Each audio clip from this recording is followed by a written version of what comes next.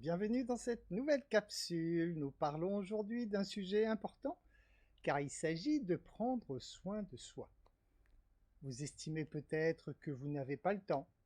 Il y a plein de choses à faire, bien sûr. Mais comment faire toutes vos tâches quotidiennes si jamais votre corps se porte mal? À la fin de cette vidéo, vous saurez donc comment installer une routine afin de prendre soin de votre santé. Alors, que signifie avant tout être en bonne santé? En fait, être en bonne santé, c'est le fonctionnement harmonieux de l'organisme sur une période assez longue. Voilà la définition qu'on trouve au niveau du dictionnaire. Ce n'est pas tout à fait la définition de l'OMS, mais au niveau du dictionnaire, voilà la définition qui est donnée. Donc, pour fonctionner de façon harmonieuse, il faut être aussi bien dans son corps que dans sa tête, bien sûr. Alors, tout le monde souhaite être en bonne santé, on le sait bien sûr.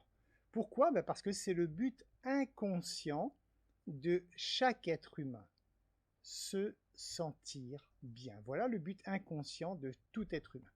Donc naturellement, se sentir bien, il faut pour cela se sentir bien aussi bien dans sa tête que dans son corps. Tout ce que nous faisons donc tous les jours va en fait vers ce but inconscient de se sentir bien.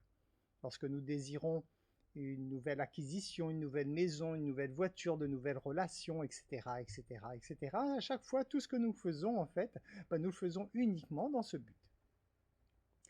La question est de savoir qui veut se donner les moyens d'être bien. C'est comme si on demandait qui veut être riche et célèbre. Il y aurait peut-être beaucoup de personnes à répondre positivement à cette question, bien sûr, mais combien sont prêts à se donner les moyens d'y arriver? Ça, c'est autre chose. Et ce point capital est à la base, en fait, de tout changement dans votre vie. Nous n'obtenons rien sans rien, vous le savez. Nous devons mettre de l'énergie en mouvement afin que les choses puissent changer dans notre vie. Alors peut-être que vous avez déjà essayé certaines choses pour vous sentir mieux dans votre vie, bien sûr. Combien de fois vous êtes-vous déjà fait cette promesse?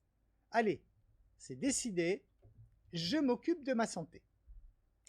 Et combien de fois avez-vous abandonné? Pourquoi? Tout simplement parce que pour prendre soin de sa santé, prendre soin de sa santé en fait, fait partie des choses importantes, mais non urgentes.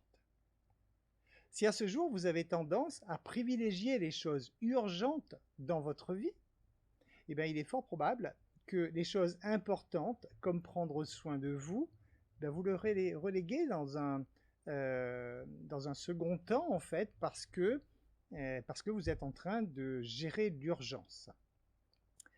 Et si vous gérez l'urgence, si c'est votre façon de gérer votre vie, de gérer les urgences et non pas les choses importantes, à ce moment-là, vous n'aurez jamais le temps de vous occuper de vous parce que vous serez toujours à gérer l'urgence. Comment faire donc pour installer une routine pour prendre soin de vous? Tout d'abord, vous devez vous organiser. Pour cela, vous devez donc, comme je viens de le dire, distinguer de ce qui est important pour vous de ce qui est urgent dans votre vie de tous les jours. Lorsqu'on parle de gestion du temps, en fait, il s'agit de gérer les priorités. Vous devez donner la priorité à ce qui est important pour vous.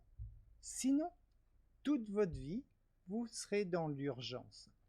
Ce qui est assez facile à comprendre, imaginez un bloc urgence qui fait partie de votre vie aujourd'hui et un bloc important qui est juste avant le bloc urgent. Si vous gérez sans cesse l'urgence, tout ce qui est dans le bloc important finira par se déplacer pour venir dans le bloc urgent. Et à ce moment-là, vous passerez votre vie entière à gérer les urgences au lieu de gérer ce qui est important.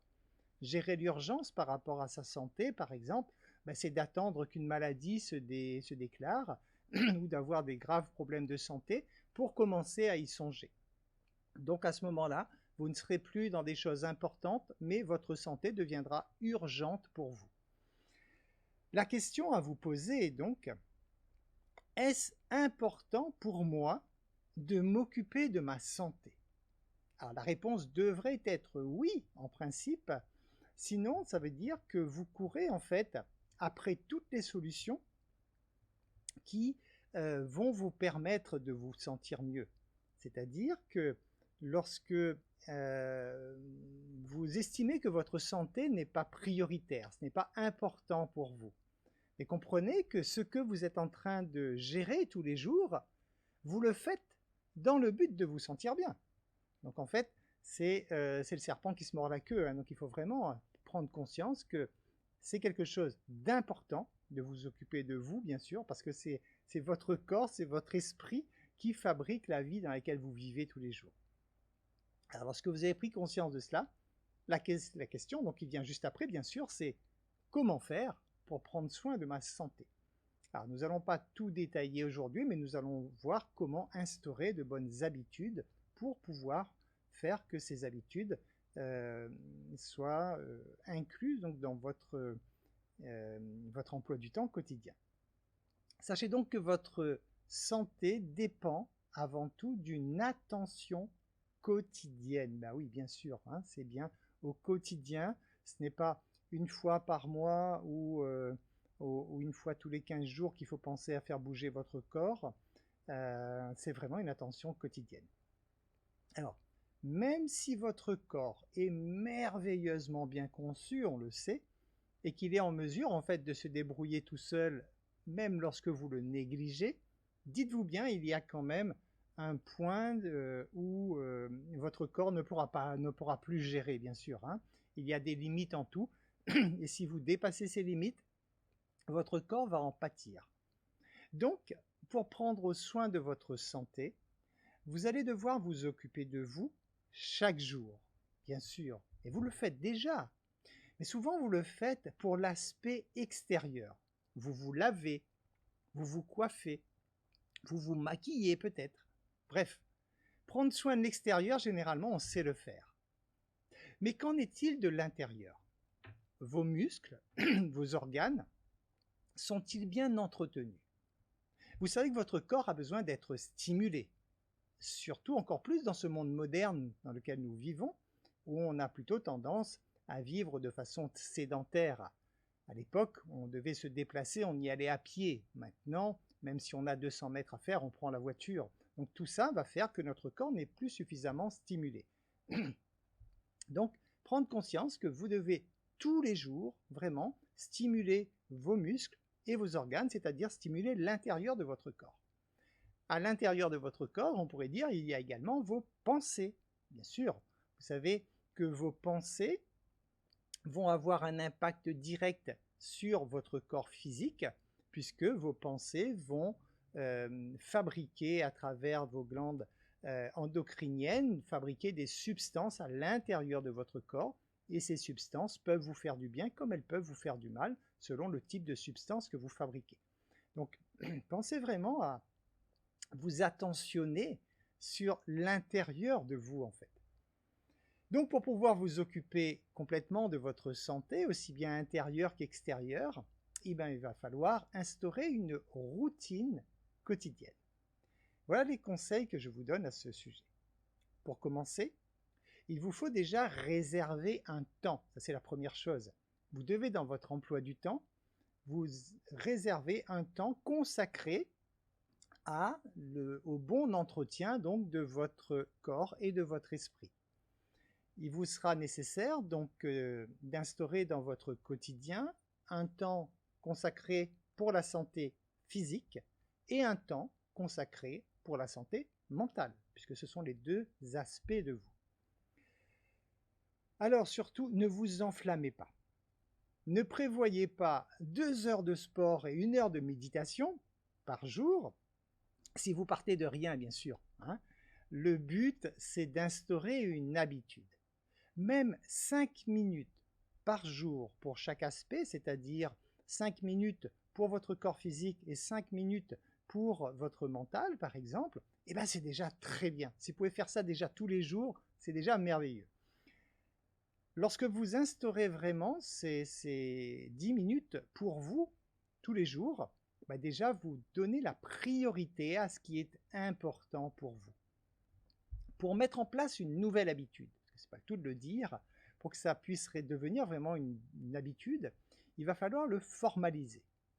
Pour formaliser cette nouvelle habitude, commencez déjà par vous engager envers vous-même en prenant soin de votre santé physique et mentale. Pour cela, vous prenez une feuille blanche et vous écrivez dessus, à part compter de ce jour, éventuellement vous mettez la date, je m'engage envers moi-même à préserver ou à m'occuper donc de ma santé physique et de ma santé mentale. Donc ça, il s'agit vraiment d'un engagement envers vous-même. Une fois que vous avez fait cet engagement, notez sur votre checkbox, bien sûr, si vous en avez une, notez-le pour ne pas oublier de le faire tous les jours, parce qu'une nouvelle habitude, si vous ne le notez pas et que vous ne pointez pas, ça va faire qu'au bout de quelques temps, vous allez oublier. Pourquoi? Tout simplement parce qu'une nouvelle habitude, lorsque vous y pensez, ce sont de tout petits circuits neuronaux qui se mettent en place. Et ils sont encore tout petits dans votre tête. Et pour pouvoir instaurer une habitude, il va donc falloir faire appel en fait à des moyens extérieurs pour vous rappeler de le faire. Donc soit vous mettez un bip, soit vous mettez ce que vous voulez, mais l'idéal c'est de le mettre sur votre checkbox et pour ne pas l'oublier. Je vous conseille, dans la mesure du possible, de gérer en priorité ces aspects importants le plus tôt possible le matin, puisque vous savez que c'est important pour vous. Traitez toujours en priorité ce qui est important. Vos clients, vous les verrez plus tard. Tous les autres tâches quotidiennes, vous verrez ça plus tard. Donc vraiment, ce qui est important, je vous conseille de le faire. La première chose que vous faites le matin, c'est ce qui est important. En le faisant dès le matin, déjà l'avantage, vous ne risquez pas d'oublier, déjà, ça c'est une chose. Et surtout, vous ne risquez pas d'être happé en fait par les urgences dans la journée.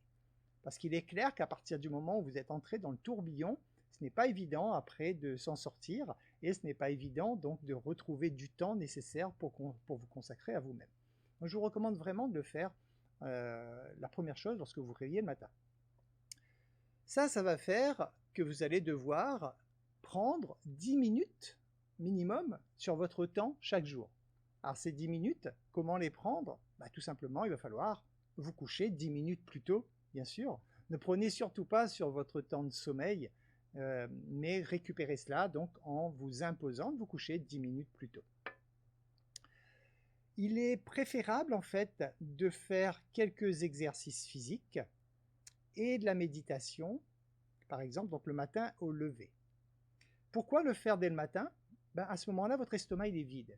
Donc aussi bien pour vos exercices physiques qui vont stimuler vos organes, vos muscles et vos organes aussi en même temps par rapport à ce que vous allez faire, aussi bien pour cela que pour la méditation, si vous optez pour de la méditation, ce qui compte c'est d'avoir un temps de repos en fait avec vous-même.